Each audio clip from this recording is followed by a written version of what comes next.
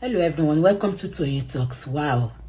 How are you doing? Anyway, checking koko kin now. Ẹ̀yin èèyàn gidi, èèyàn pàtàkì. Thank you all for watching.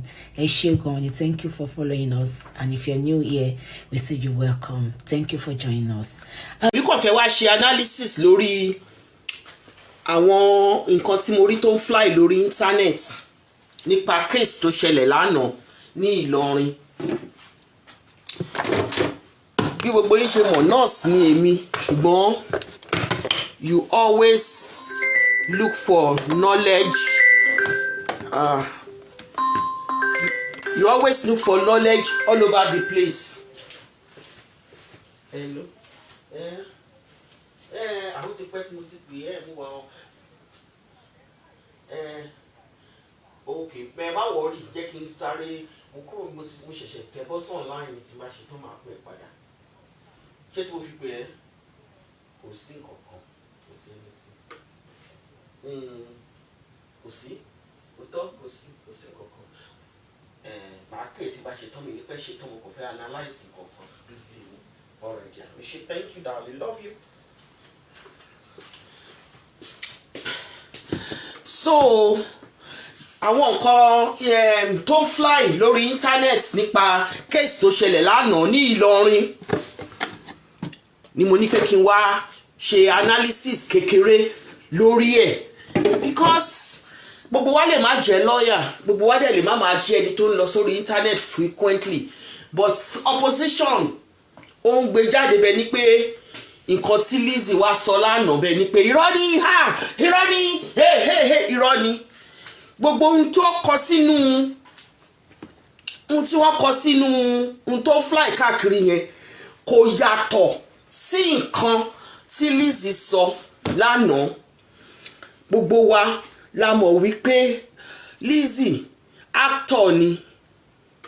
Lizzy ó ń talẹ̀, ó ń tajà, ó ń ta jewelries, ó ń ta oríṣiríṣi. So she's not a lawyer. Kò lè wá bọ́ síta kó wá máa kọ tàbí kó wá gbé jẹ́kí tí ẹ ń ṣe irú èèyàn tó jẹ́ pé a wá gbé summary nǹkan tí kóòtù sọ jáde tá a wá máa kà fún wa. Àwọn tó gbé summary nǹkan tí kóòtù sọ jáde tí wọ́n dẹ̀ fẹ́ máa manipulate ẹ̀ bẹ́ẹ̀ ni pé irọ́ ni nǹkan tí Lizzy sọ. Torí ẹ̀ ni èmi ṣe jáde láàárọ̀ yìí pé gbogbo tí Lizzy sọ lánàá yẹn kò sí irọ́ kankan bẹ́ẹ̀. Ohun tó ṣẹlẹ̀ gẹ́lẹ́ ló sọ. Kò rotate, ẹ̀ nílé rí.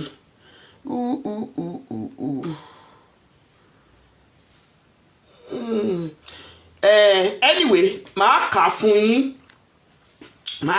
yín. Wọ́n ní àwọn oppositions ló ń gbé káàkiri báyìí o. Mi ò ní pẹ́ lórí bí rárá.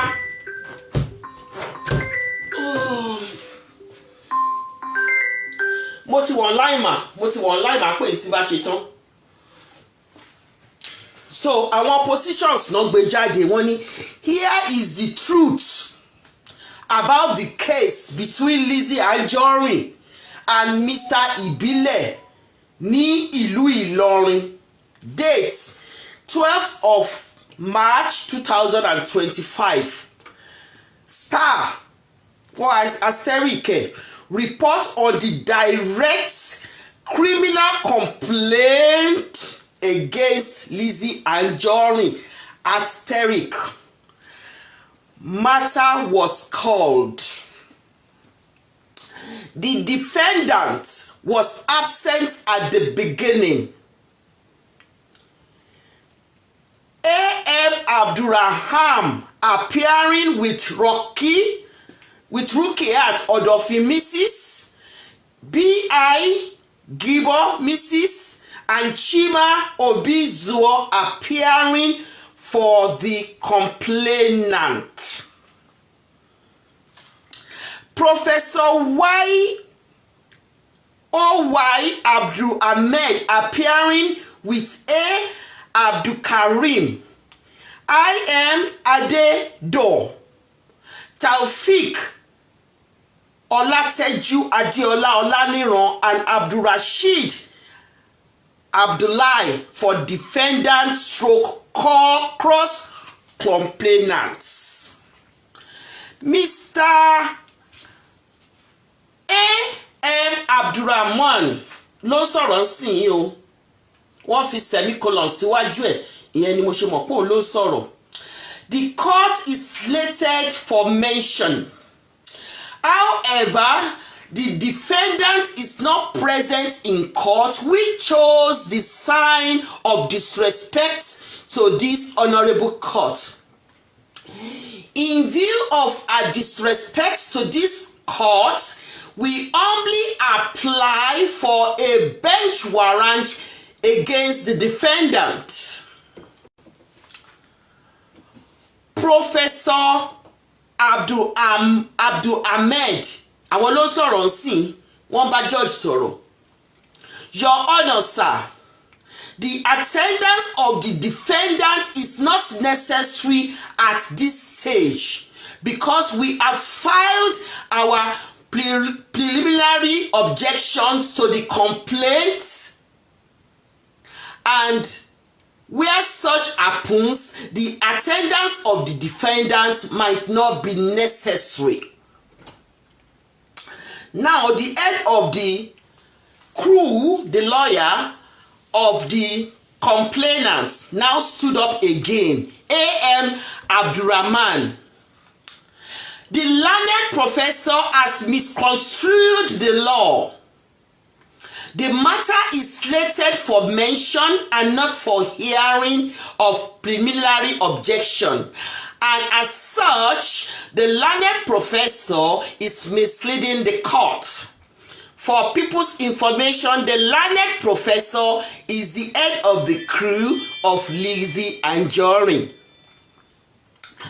And I believe the defendant counsel engineer her absence, which is indirectly telling that the court is nothing to do even if the defendant is not present. Now the court is talking. According to what we see on the internet, the court now said, where is the defendant? Asking professor.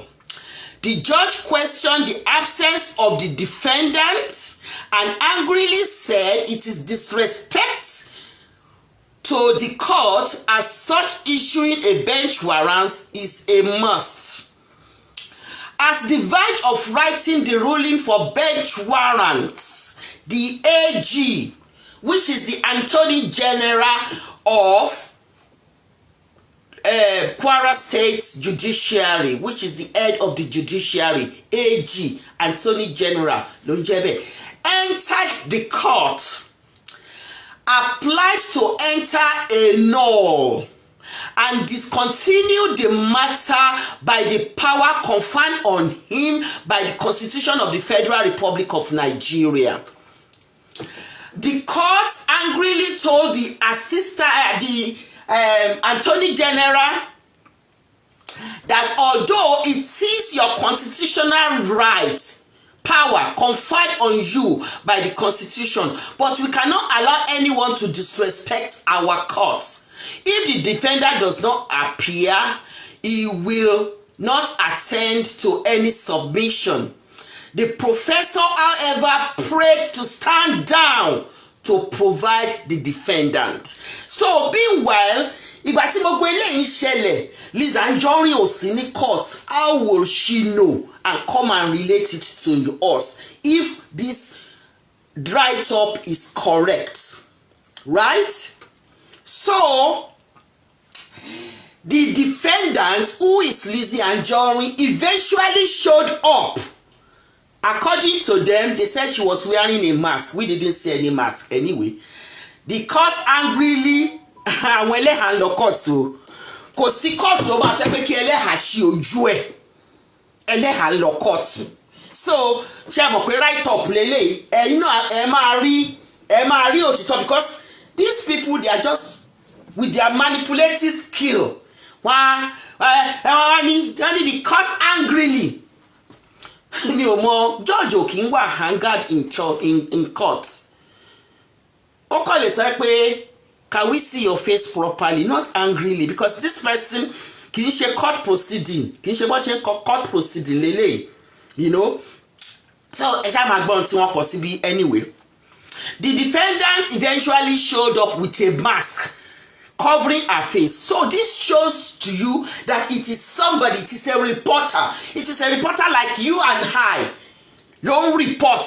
It is not the proceeding from the court. And so they can write and input whatever they like into it. It is not the court pé bóyá àwa gbà ní court bí court ṣe máa kọ lélẹ̀. This shows that it is a reporter, it is somebody that wrote this. Maybe one of the people tó wà ní court bí mo ṣe máa ń tẹ̀lé àṣàmẹ́gun lọ sí court níjọ́ yẹn tí màá wá fún yín ní nǹkan tó ṣẹlẹ̀ ní court, òun ni ẹni tó kọ write up yìí. So ẹ máa gbọ́ o, because ọ̀dẹ̀ kọ́ ni àwa tá à ń wòran, ọ̀dẹ̀ kọ́ ni àwa tá à ń gbọ́ nǹkan tí ó ń ṣẹlẹ̀. Wọ́n ní the defendant eventually showed up with a mask covering her face. The court angrily asked her to remove all what she put around her face and warned her that God save her. Can God look, a court is a professional body. If you are writing such, àwọn ọ̀dẹ̀ kọ́lẹ̀ ń bá wí. No judge will say that. The judge, what a judge will say professionally is that I am happy that you eventually showed up, Miss Lizzy Anjorin, because I was angered because you have not showed up or you didn't show up, and I was ready to issue a brain warrant for you. That is what the judge will say. I am a professional myself. I'm not in the legal profession, but I know how professional talk. Judge,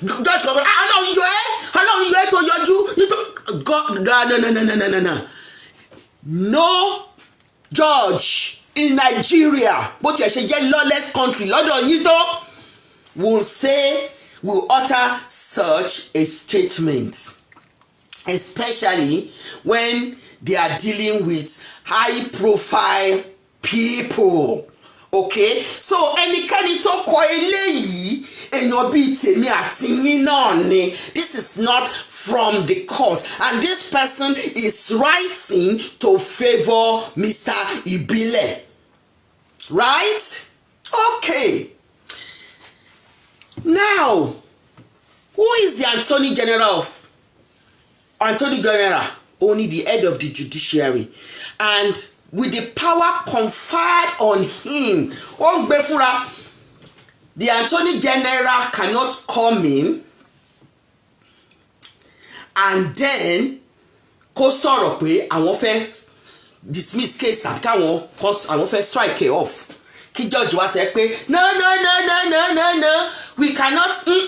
Gbogbo nǹkan wọ̀nyẹn ó ti ṣẹlẹ̀ kí Attorney General tó wọlé, kí Lizzy Anjorin gangan tó wọlé. Mi ò ní láti sí ní court yẹn kí n tó mọ nǹkan tó ṣẹlẹ̀, nítorí pé ẹni tó kọ write up yìí ìbílẹ̀ ló ń kọ́ fún. Ó dẹ̀ fẹ́ fi cover wọ́n ti doctor ẹ̀ ní gbogbo ọ̀nà. So nǹkan tí Lizzy wá sọ fún wa lánàá kò yàtọ̀, tí ó bá sí àwọn sẹ̀rẹ̀rẹ̀ àwọn nǹkan burúkú tó fi sí láàrin kò yàtọ̀ sí nǹkan tó wà ń bí. Àwọn nǹkan burúkú tó fi sí láàrin pé wọ́n ní oṣù ojú ẹ̀ gángan wọ́n fẹ́ pọ́lọ̀ ń yọ ẹ́, kò sí judge tó máa sọ yẹn. Ibi tó kàn wá ń bẹ̀ tínú wá dẹ̀ dùn sí òun làwa máa sọ. So only the court said, where is the defendant? Asking for proof. The judge questioned the absence of the defendant and angrily said it is disrespectful to the court, as such was on the verge of issuing a bench warrant. So when the defendant showed up with a mask covering her face, the court, ṣe ẹni pé kò ní sọ pé the judge because ọmọ ìgbé tó ń bá sọ pé the judge ẹni tó kọ kíní kélé máa gbé, torí judge yẹn gan ó lè sue ẹ̀ fún defamation of character pé ìwọ sọ pé mo sọ pé nǹkan tí mi sọ. Court ilé ẹjọ́ sọ pé ibo ló ń jẹ́ ilé ẹjọ́? Ilé ẹjọ́ is a building.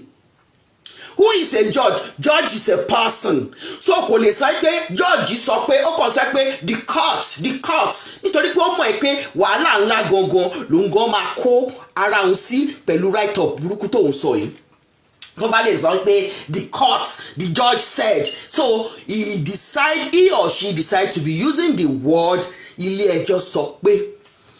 Tí wọ́n bá ti ń bá yín sọ̀rọ̀ ẹ jẹ́ kí ẹ máa mú àwọn point tó wà ń bẹ̀. So àtúbẹ̀rẹ̀ ń bẹ̀ yẹn, the defendant eventually showed up with a mask covering her face. The court ilé ẹjọ́ wá bínú. Ilé ẹjọ́ tó jẹ́ building ó bínú. Irọ́ ló ń pa. Wọ́n fi yẹn kún ni. The court angrily asked her to remove all what she put around her face and warned her that God saved her. She should have understood that the court is not in respect of anybody, and she was eventually dogged. For what? Dogged síbo ó ní wọ́n fi sínú dogged yẹn mi pé wọ́n fi sínú inú ẹmọkíní tí àwọn èèyàn máa ń dúró sí nílé ẹjọ́ yẹn. Wọ́n wá fi síbẹ̀ mention ìwọ náà ló sọ bí pé mention náà sì wá ṣe wọn tí ì ṣe trial tí wọn ò bá ṣe trial wọn ò ní dock èèyàn. It is when the trial is going on that somebody can be docked. When it's mentioned gbogbo appearance ni gbogbo wọn á kàn dìde. This is Lizzy Anjorin, this is Ibile, this is Lagbaja, this is Tamodu, right? So she wasn't docked. Asọdun nìyẹn, it is a lie. But the court said, ẹni tó dock, okay, kí ló wá dock ẹ̀ fún? Was she questioned? Was she asked any question? Well, you know, these are the things tí mo ṣe jáde because ìgbà tó ń gbé tí wọ́n jáde ń sìn mo dẹ̀ feel pé wọ́n á gbé mo fẹ́ kàn gbé show mi náà kọ́ rí bí mo ṣe analyse ẹ̀. Kí ló dọ̀ tó bá dock èèyàn fún adájọ́ fẹ́ bí léèrè ní ẹjọ́ ni now. But it's not a trial. So adájọ́ won't try it. It is a mentioned case. Ẹ máa wá gbọ́ ohun tó kọ síbí o. But the court said since it is a constitutional power for the Attorney General, there is nothing they could rather than to terminate the complaint. Ẹjọ́ kò sí nǹkan tí wọ́n lè ṣe nígbà tí olórí judiciary of the state ti gbé null síta. What is a null? Gbogbo ẹ jẹ́ kí n ka gbogbo ẹ̀ tán kí wá máa sọ kí wá máa analyse nǹkan tí mo fẹ́ analyse ń bẹ̀. The cross complaint was also withdrawn. Why? The case will continue as the AIG was allegedly wrongly informed by the person that put the cause through to him about the fact of the case. How do you know? The case will continue. Case tí wọ́n ti dismiss, tí wọ́n ti fagilé, tí AIG ní òun ti fagilé. How do